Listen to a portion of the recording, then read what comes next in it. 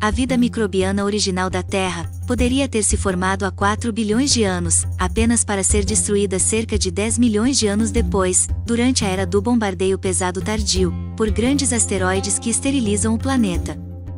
Mas, talvez parte dessa vida primordial tenha sobrevivido, a enxurrada de 200 milhões de anos de enormes objetos seguidos por uma segunda gênese de vida microbiana, representando nossa forma de vida coexistindo até hoje, com uma biosfera sombra das formas de vida alienígenas originais da Terra.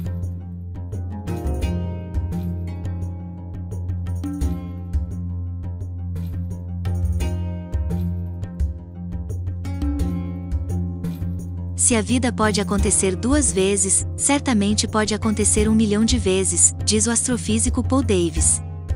E aquele único micróbio alienígena da Terra primitiva, a biosfera sombra oculta, que pode estar misturado com nossa gênese atual, não precisa estar em algum planeta distante e pode estar aqui na Terra, derrubando nossa visão do cosmos e o lugar da humanidade dentro dele, e aumentando muito a perspectiva de que a vida inteligente possa estar lá em algum lugar.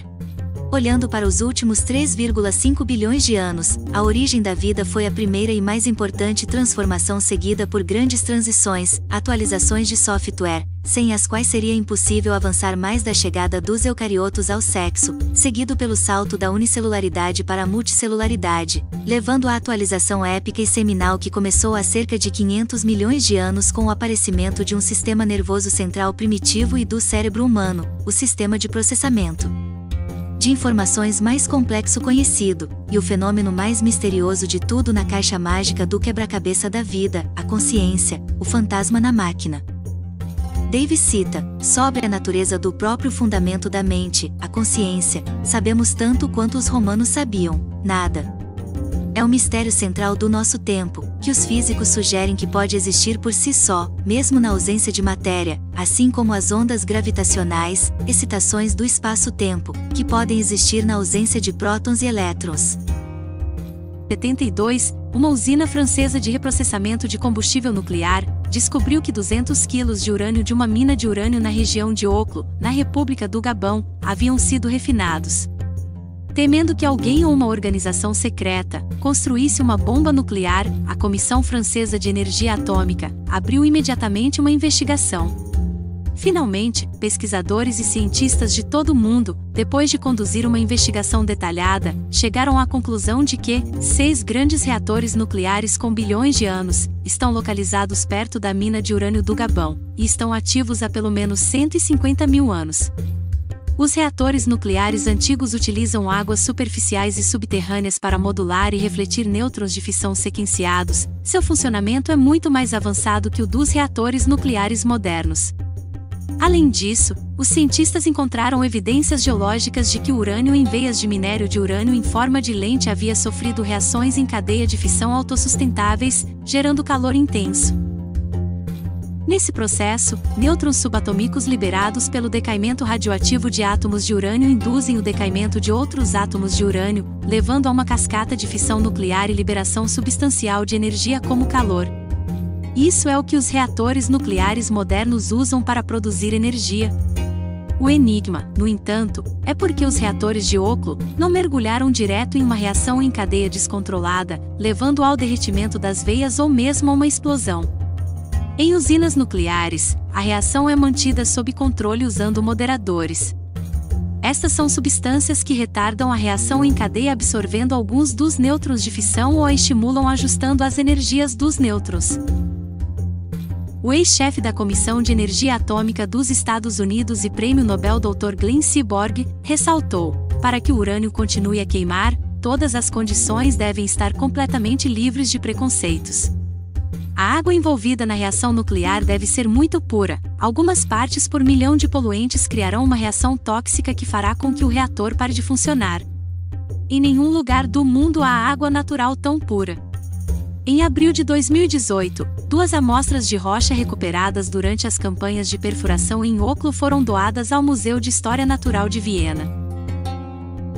A doação e cerimônia foi possível com financiamento da empresa de combustível nuclear Orano e da Comissão de Energias Alternativas e Energia Atômica da França. A missão permanente francesa, junto à ONU em Viena, apoiou o esforço. De acordo com a Agência Internacional de Energia Atômica, que ajudou a monitorar os níveis de radioatividade e o manuseio dessas amostras, as duas amostras emitem uma radiação de cerca de 40 microsieverts por hora se você ficar a 5 centímetros delas, o que se compara aproximadamente à quantidade de radiação cósmica que um passageiro receberia em um voo de 8 horas de Viena a Nova York. O reator nuclear Oklo, no Gabão, está em operação há 150 mil anos. Como produzir água de tão alta pureza tornou-se outro mistério não resolvido.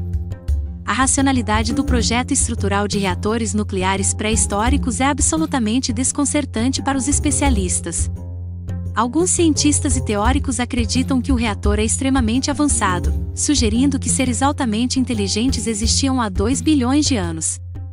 Enquanto outra hipótese é que ele foi construído pela civilização humana pré-histórica, como descrito na hipótese siluriana pelos cientistas da NASA, usando técnicas que foram perdidas para os humanos subsequentes. No entanto, a maioria dos principais pesquisadores acredita que Oklo é o único reator de ocorrência natural identificado no mundo que foi criado por acidente. Como os cientistas Norman Servers e John Miller, do Laboratório Nacional Sandia, explicam em um artigo de 2017, o conceito de um reator de ocorrência natural foi originalmente documentado em 1956, usando a teoria do reator ou as constantes de multiplicação infinitas. Os lugares pertenceram à cultura Casarabe, que se desenvolveu no sudoeste da Amazônia boliviana no período de 500 a 1400 d.C. Antes da descoberta, havia evidências apenas de locais isolados, pois a vegetação densa dificulta o mapeamento das florestas tropicais. Para encontrar os novos assentamentos, os cientistas usaram uma tecnologia chamada LIDAR, um mapeamento a laser aéreo que funciona disparando feixes infravermelhos de um avião, helicóptero ou drone em direção à superfície e capturando os sinais refletidos. Vegetação removida virtualmente. Método permitiu que eles removessem, virtualmente, a vegetação densa da região, para visualizar a terra e a arqueologia abaixo das árvores. Nossos resultados derrubam os argumentos de que a Amazônia Ocidental era escassamente povoada em tempos pré-hispânicos, dizem os autores no estudo. Em um comentário divulgado junto com o estudo, o arqueólogo Christopher T. Fisher, professor de antropologia na Universidade Estadual do Colorado, nos Estados Unidos, avaliou que os dados apontam para populações densas, paisagens geradas pelo homem, centros com arquitetura monumental e uma complexa hierarquia de assentamentos que podem ser indicativos de sociedades de nível de estado, contradizendo percepções anteriores de que as populações da região eram pequenas e de desenvolvimento limitado.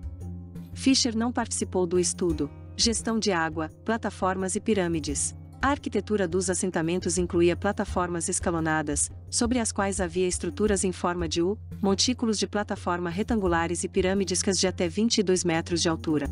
Também havia uma infraestrutura maciça de gestão de água, com canais e reservatórios. Os resultados indicam, segundo os cientistas, que o padrão de assentamento da cultura Casarabe representa um tipo de urbanismo tropical de baixa densidade que não havia sido descrito anteriormente na Amazônia. Propomos que o sistema de assentamento da cultura Casarabe é uma forma singular de urbanismo agrário tropical de baixa densidade, até onde sabemos, o primeiro caso conhecido para toda a planície tropical da América do Sul, dizem os pesquisadores. Os dois assentamentos maiores encontrados pelos cientistas, chamados de Cotoca e Landívar, foram, de acordo com os cientistas, centros primários na rede de assentamentos da cultura Casarabe, os principais de uma rede de assentamento regional conectada por calçadas retas ainda visíveis que saem desses locais em direção à paisagem por vários quilômetros.